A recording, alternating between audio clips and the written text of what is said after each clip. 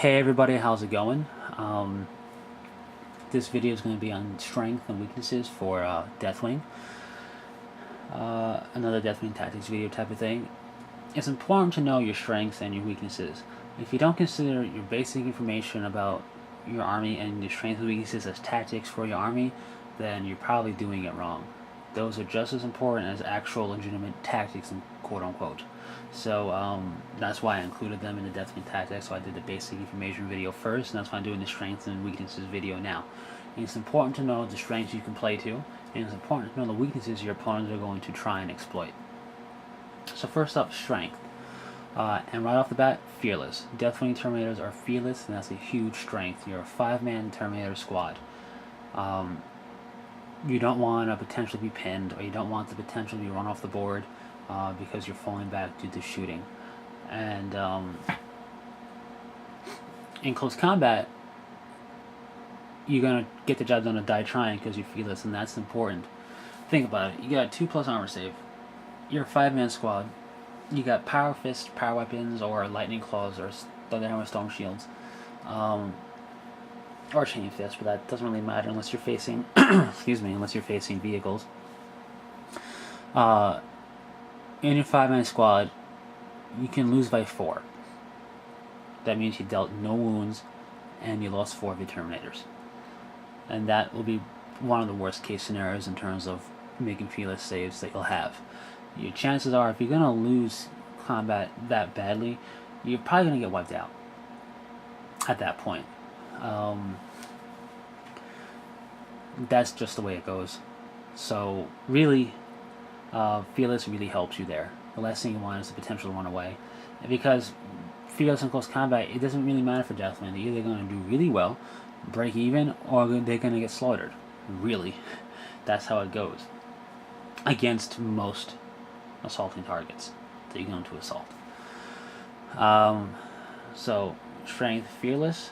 They're Terminators. If you don't know what I mean by, if you don't know what I mean by that, check out my Deathwing basics information video.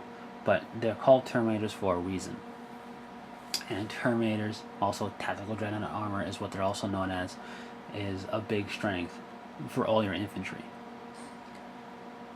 The thing about that, holding an objective and cover, pretty good. Matched up with fearless, very good. Let's see what else we have for strength. Another strength really is the fact that everything you can feel in a pure Deathwing style force is going to draw attention, and that's a strength whether or not you may think it right off the bat. If I have a Terminator squad, a Dreadnought, and a Land Raider standing next to each other, each one's next to each other, a squad next to a Dreadnought, next to a Land Raider, what is my opponent going to shoot at? Well, it may depend what weapon he's shooting at it with, but let's say it has a chance to hurt everything. Are you going to take the shot at the Land Raider, which is one of the toughest vehicles to kill in 40k? Are you going to take a shot at the Dreadnought, which I make vulnerable, and we'll talk about that in another video, which increases its survivability? Are you going to shoot out the squad? Chances are, if it's a weapon that can hurt a Land Raider, it's probably shoots once a turn. Where you're going to take up maybe one guy, and because I have a built-in vulnerability save, not counting even the storm shields, just a standard Terminator, I have the potential to save it. It does cause a pause for what your opponent's going to shoot at. Yeah, it could be a one-hit wonder on a vehicle, just blow it up in one shot, or it can take all game to do anything to it, if they do anything to it. It does make your opponent hesitant on what they're going to shoot at, even veteran opponents, because it's, do I go after the troop choice that can score? Do I go after the things that are going to really rip into my army? Do I focus fire on something to try and kill it because these are a little tougher to kill than normal? That's a strength. So I guess we can call that everything's high target priority as a strength.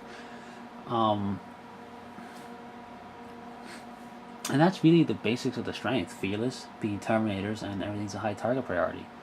I guess what we can call as the last strength is also a big primary weakness is your size.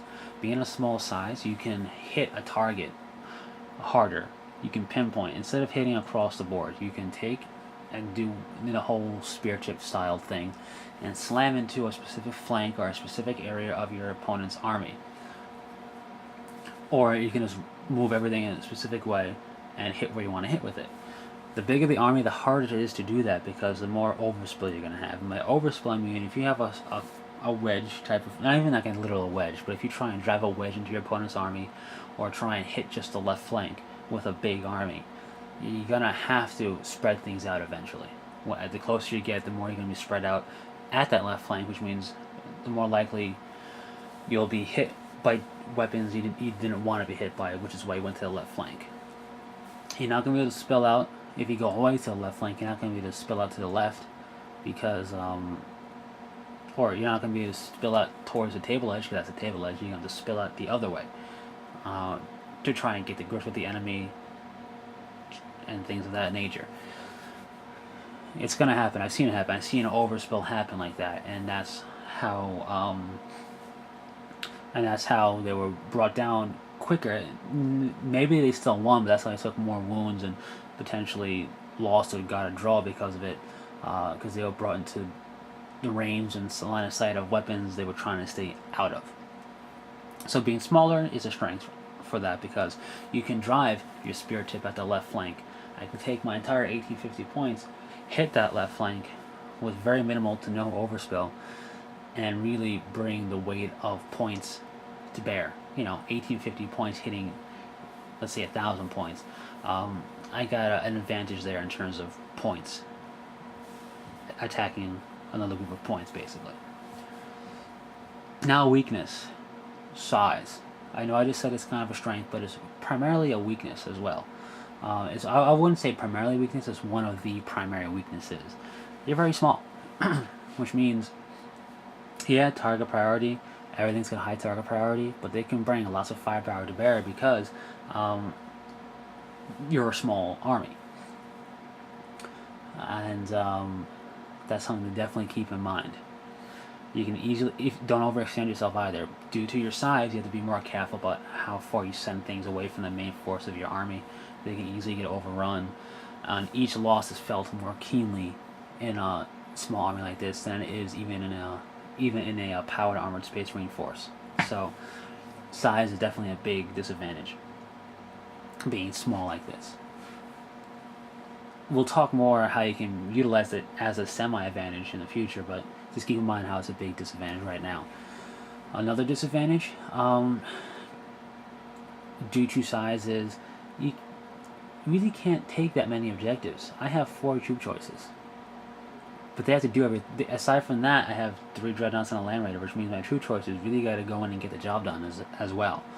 So it's harder to hold objectives with Deathwing just because you need your.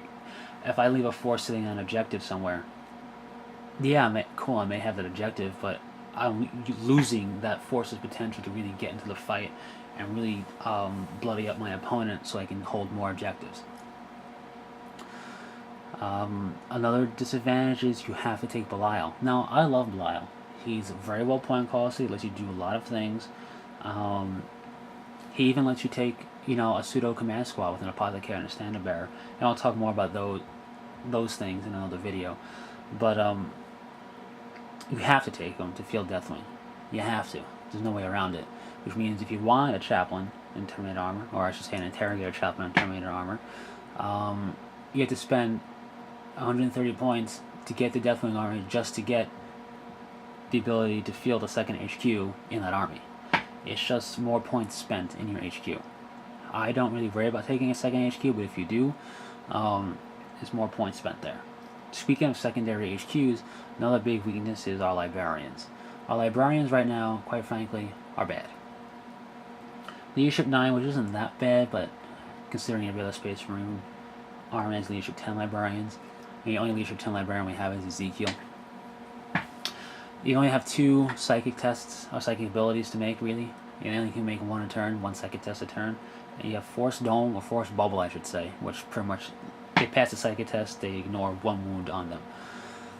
And Hellfire, which is a template weapon, 2d6 minus 2 for strength, and a d6 of AP.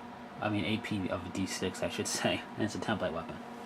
Not bad, but that's close range, and everything. I don't think our librarians are worth it. If you were to take it, I would utilize Force Bubble only, primarily, until you get real close.